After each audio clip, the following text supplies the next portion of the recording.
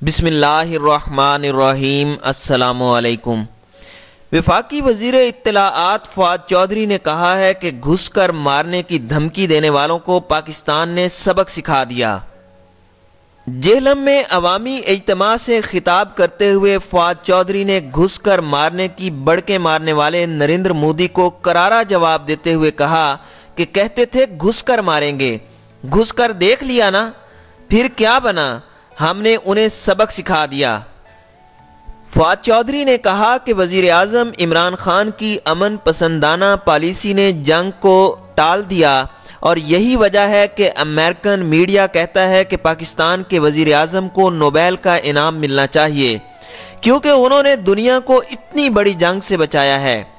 अगर इमरान खान को इज्जत मिलती है तो पाकिस्तान को इज्जत मिलती है, मगर ये लोग असम्बली में इमरान खान का मजाक उड़ाते हैं। इनके नज़दीक फ़ौज का भी कोई एहतराम नहीं है। वफाकी वज़ीर इत्तलाआत ने कहा कि आज खलीजी रियासतों समेत दुनिया इमरान खान को इज्जत और एहतराम दे रही है।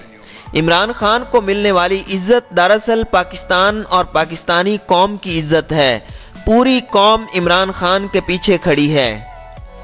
अपोजिशन को आड़े हाथों लेते हुए वफाकी वजीर ने कहा कि खुर्शीद शाह कहते हैं कि नवाज शरीफ को कुछ हुआ तो मुकदमा इमरान खान पर करेंगे।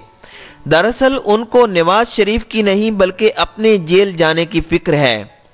उन्होंने कहा कि जो करतूत उन्होंने किए हैं वो सब के सामने हैं।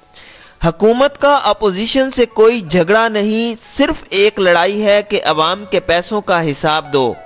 जब उनसे हिसाब मांगा जाए तो कहते हैं मैं बीमार हूँ। हम कहते हैं न रो, हिसाब दो। वो कहते हैं NRO।